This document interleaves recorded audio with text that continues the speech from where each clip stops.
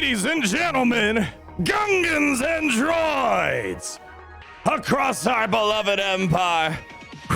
And maybe we should give a special shout out to all the younglings getting slain out there in the Star Wars galaxy. Welcome to today's video, where we are just a few short weeks away from reliving one of the most pivotal moments in the Star Wars galaxy. Order 66, baby. Lord Vader is just around the corner, and we're gonna do one of the things that all YouTubers love to do. That's zero help to the community, but dang, it is so much fun to do, and that is where you and I like to sit down and talk about what our predictions are for the upcoming Galactic legend, Lord frickin' Vader. Now, if you guys know me, and I think a lot of you guys do at this point, this character is one that I've been waiting for since playing Star Wars Galaxy Heroes back in 2015, and it's finally here. And although this movie is dear and true to me, I've reenacted Revenge of the Sith millions of times with my family and siblings. I gotta say, these requirements that we're gonna predict today, I actually have a lot of uncertainty because, as you know, CG, the developers, they try to strike a balance between lore and looking at a spreadsheet and seeing what you guys don't have geared up, as we see with the Tusken Raider here. So we have a lot of weird predictions here, but I also have two sheets. We're gonna show what is my cynical prediction and what is the lore accurate prediction towards the very end. And a lot of people aren't pointing it out, but there is a core deduction to make that we know will not be a requirement on this list. But just a big heads up, although all of us YouTubers and community are having fun predicting, the most important thing is do not go out of your way to gear up predictions. Wait until they are announced. There are a lot of logical predictions, but there is also not a guarantee they'll be needed. So without further ado, let's get this party started. As we already know, Padme, 3 Bad Batch members, and the Tusken Raider will be part of your requirements, but CG has also confirmed early that General Anakin Skywalker will be needed at Relic Gate. And the reason why they announced General Anakin Skywalker a bit early is because he's getting nerfed. They're refunding the Relic Gates people have, but you're gonna need to give him that Relic Gate back, baby, if you want a taste of Lord Vader. So let's talk about what is new, and that's our predictions here. And let's start off with these two right here, Rex and Ahsoka Tano. Now, I think a lot of us can agree these are probably the gimmies, not the gimmies per se, but the must-have. As you know, CG, when they're making requirements, they're looking at lore, they're looking at spreadsheets, and they're trying to find minimum overlay with all the other Galactic Legend requirements out there. Captain Rex, oh boy, we jumped the gun there. Commander Rex is a little bit later down the timeline. Captain Rex and Ahsoka Tano. Some would argue that the Clone Wars is more about them than anything else out there in the Star Wars Clone Wars series out there. These are pretty much Rex's 2 best friends outside of Obi-Wan Kenobi, and Padme's got a little special relationship with him, but these guys are incredibly important. Just like we saw from a mile away that Commander Cody, Qui-Gon, and Yoda were going to be needed. I think pretty much in everyone's radar, we're looking at Captain Rex as well as Ahsoka Tano, and the good news is these are very staple characters to the game. Captain Rex, one of the best plug-and-play characters in the game. Ahsoka Tano, needed for the early 501st team, as well as the Padme Amidala team, and now is adapted into the Master Kenobi team. So these two characters should not be too difficult for people to acquire, and it makes sense from a lore perspective, but this isn't where CG is gonna make their money, the big moolah at the end of the day. So we gotta keep on trudging along. I think these are the obvious ones I have the most confidence in. But let's move on to where things start getting interesting. Now, before you start throwing shoes, tomatoes, and your bantha milk at me, hold on. As I said, I have an alternative and more logical list that I created.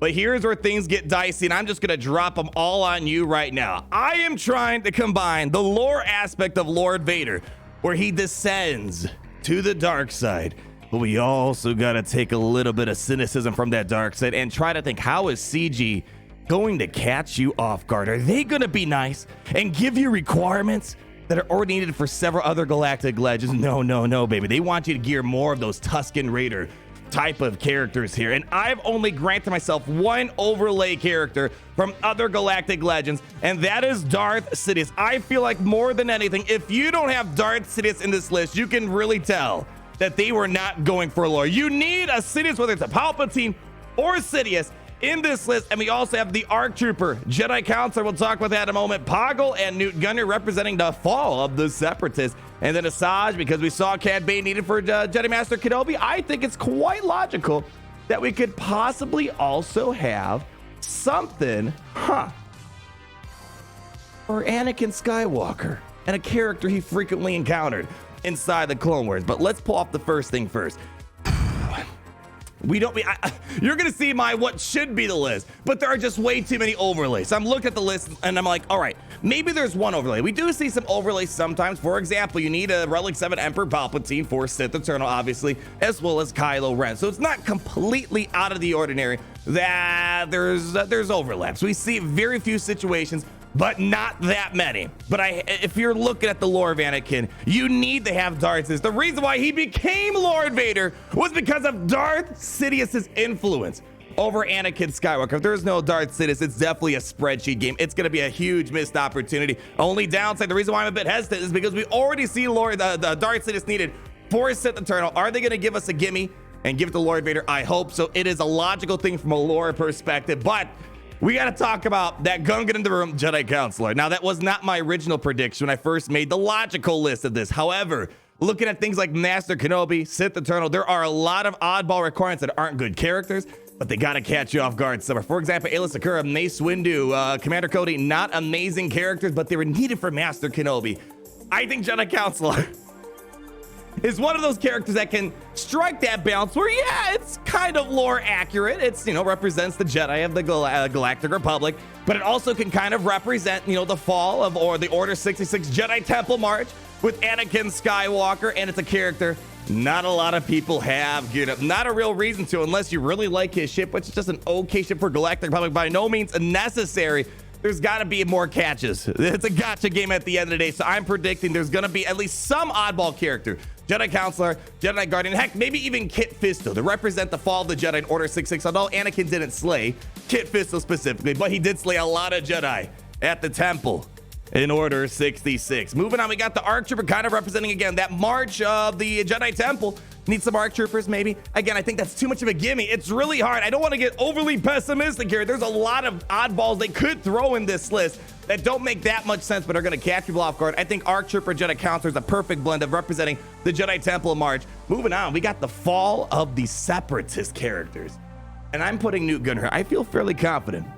Like Captain Rex and Ahsoka Tano, I feel fairly confident Newt Gunnery will end up being on this list. It makes sense, especially since Anakin slayed Newt Gunner, representing the fall of the Separatist Alliance and the birth of the brand new empire. And Pog Lesser also kind of makes sense because he was in the same room that Newt Gunner is in on a Mustafar. And Asajj Ventress, not too much going on there, but seeing how Cad Bane had a lot of interaction of Kenobi inside of Clone Wars, I feel like Asajj is another one of those characters that, she's a good character, don't get me wrong. Not a lot of people have her geared up to Relic 7 unless you just really love your Night Sister. She is a decent character. You do need her for the Cash on Camino epic confrontation, but there was no need to really even get this character to gear 13. So I'm putting her down here. I feel like there's a good degree of confidence in that character. And lastly, we got to talk about what's in that 15th slot right there. It's got to be a capital ship, I'm guessing. And I'm going to put down the Malevolence. Now, of course, this is not the capital ship that Anakin Skywalker was on in Episode 3, Revenge of the Sith, but we are limited on capital ships in the game. Negotiators needed for Master Kenobi. Malevolence, I can very well see being needed for Lord Vader, and there is a little bit of connection going on here. It was present inside of the Clone Wars TV show in the very first season, so I think this is definitely a logical thing, trying to make sure it's somewhat equal to the Master Kenobi requirements. Now, I know you guys are furiously typing. I hear you guys typing. Yeah, I hear you. Hold on, buddy. Before you start criticizing me, as I said, this is my pessimistic predictions that I feel like are kind of out there. I want to show you what I originally made. Before getting a little pessimistic here, this was my original predictions. R2-D2, C-3PO, Darth Sidious, and Count Dooku in place of things like the ARC Trooper and the Jedi Counselor. Why did I change my opinion on the predictions that I have for Lord Vader? Well, let me kind of put this out there right now. Let's take a look at this together, shall we? Count Dooku, Darth Sidious, 2 requirements for Sith Eternal already. I mean, what are they gonna do? Ask for a Relic 8 Darth Sidious and a Relic 7/8 Count Dooku to at least make you bump up a little bit if you already have Sith Eternal? I find that unlikely, especially since we already have several Relic 8 requirements for Lord Vader. Already announced R2D2 C3PO. Of course, lore-wise, it makes a ton of sense, and I wish and I hope that this is the list that we should be looking at, because R2D2 and C3PO have such a deep connection to Anakin Skywalker. However, why did I take them off my list? Well, because R2D2, C3PO, well, they're kind of needed for pretty much like all the Luke Skywalkers out there. So again, it's a lot of overlap. I just cannot see Capital Games making a requirements list that has 4 overlaid members of R2D2, C3PO, Darth Sidious, and Count Dooku, which is why I limited myself to only 1 overlap, because it might be possible. Hey, if they go for this, I think this is best case scenario. But I know a lot of you guys are going to have a couple of questions for me. Why didn't I put Darth Vader on the list? And let's bring you on over here for a moment. As we know, we got our early sneak peek at the prerequisites for Lord Vader, and General Anakin Skywalker is going to be needed at Relic 8. And he's in the 3rd group of requirements. Well, why not Darth Vader? Well, one, Obi-Wan Kenobi, Master Kenobi, didn't have a lot of overlaps in terms of repetitive Kenobis, but that's not the reason I'm telling you. I'm fairly confident Darth Vader's not going to be required. Why did they tell us General Anakin Skywalker early on? Firstly, mainly because General Anakin Skywalker is going to be suffering in the Great Nerf of 2021. They're refunding Relic 8s, but they wanted to give you the heads up that if you want Lord Vader, you're gonna need to give those Relic 8s back to General Anakin Skywalker. And if they were doing that for gas, why wouldn't they do it for Darth Vader if Darth Vader was a part of the requirements? I'm calling it right now. I'm fairly confident Darth Vader is not gonna be needed unless they only require Darth Vader at Relic 7, which is what they're refunding people from Relic 8 to Relic 7. So he could still be on the list, but it's definitely not going to be a Relic 8 Darth Vader. It would make a lot of sense to add Darth Vader to this list, but again, a lot of overlap going on already needed for the Sith Eternal. So I'm feeling Darth Vader might not be on there. And if he is, holy cow, that is an amazing giveaway, because tons of people have this character up and running. The next question I'm going to get, I know a lot of you guys might be saying, well, why not the rest of the Bad Batch crew? You know, we already got 3 of them required. Here's my reasoning why. Wrecker, Hunter, Tech. These guys in their variant form that we're seeing here, they served with General Anakin Skywalker in Season 7 of the Clone Wars TV show towards the end. Firstly, Echo. This is not the Echo that General Skywalker served with inside the Clone Wars TV show. He did work with Echo, of course, towards the end of the season. However, it was not this Echo that we see in this present form. So that's one reason why I'm not saying I'm 100% confident, but I feel pretty decently well that Echo's not going to be in there. And Omega, mainly because he had 0 interaction with this character. Every single requirement, at least there was some minor interaction from what we've seen so far in the TV show for the Bad Batch. Omega has 0 connection to Anakin Skywalker. Never even met the guy, to our knowledge here. Next up here, I know I'm going to get a ton of predictions in the chat that the rest of the Tuskens are going to be required. I disagree. Maybe even one more. Who knows? But the reason why I'm saying this now is because did not encounter Anakin Skywalker. This was the Tusken that encountered Luke Skywalker. So doesn't really fit the timeline too well. Maybe they could throw in Shaman in there. Tusken Raider, fine. Makes sense. We saw him in episode 1 and episode 2, and he was in the Tusken Raiders are poorly slain. Oh man, all the tears that were shed for those guys. Tusken Shaman maybe, but for sure not all of the Tuskens. And lastly, I know I'm gonna get tons of questions on this. Ki-Adi-Mundi, that cone-headed looking guy sitting in the back of the room trying to scare people to their wits' end. I'm gonna be hopeful and say he is not gonna be required, but we could be wrong. Wat Tambor is needed for Master Kenobi. There's definitely a decent modicum of connection, perhaps, that Ki-Adi-Mundi could be required for Anakin Skywalker / Lord Vader. Problem is, how are you going to make money off this? They did sell a little bit of Wat Tambor packs, not enough to get him to 7 stars. One of the most difficult missions in the game. I feel like this would limit CG's capability of making money unless they really go out selling packs like they are right now with Shakti and the Babbage and other clones inside the store right now. But I'm just going to be optimistic that Ki-Adi-Mundi will not be required. But I would say clench your butts a little bit, because it definitely could happen. And I know there's one more girl in the room you want to talk about, Commander Ahsoka Tano. I feel like baby Ahsoka, Padawan Ahsoka is a lot more likely. Commander Tano, although yes, there is a direct connection, very evidently. How are you going to whale on this character? Galactic Legends are usually whaleable Galactic Legends to a fairly large extent. You can't buy this character whatsoever. It's going to get a lot of people, and I think CG, they want to keep that door open, that you can whale on a lot of stuff. At least Ki-Adi-Mundi can indirectly whale by gearing up the clone troopers, getting into a better guild, and maybe buying some of the shards and packs they're going to offer. Commander Tano, you just got to do well in Conquest, and to get great rewards in Conquest, that doesn't take any specific to me. It takes a very good roster in general. So I'm predicting Commander Tano will not be required, but it could be a first.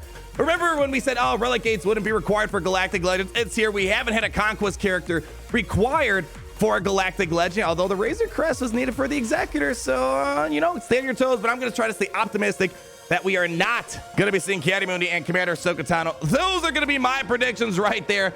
And let me tell you, for the first time in all these videos where we've done Galactic Legends predictions, I don't know if I feel as confident about this list. There's a weird thing where we're starting to overlap into a lot of characters that are ordained for other Galactic Legends, and there's a lot of characters not geared up that make a bit of sense. It's just how pessimistic should we be with these requirements, guys?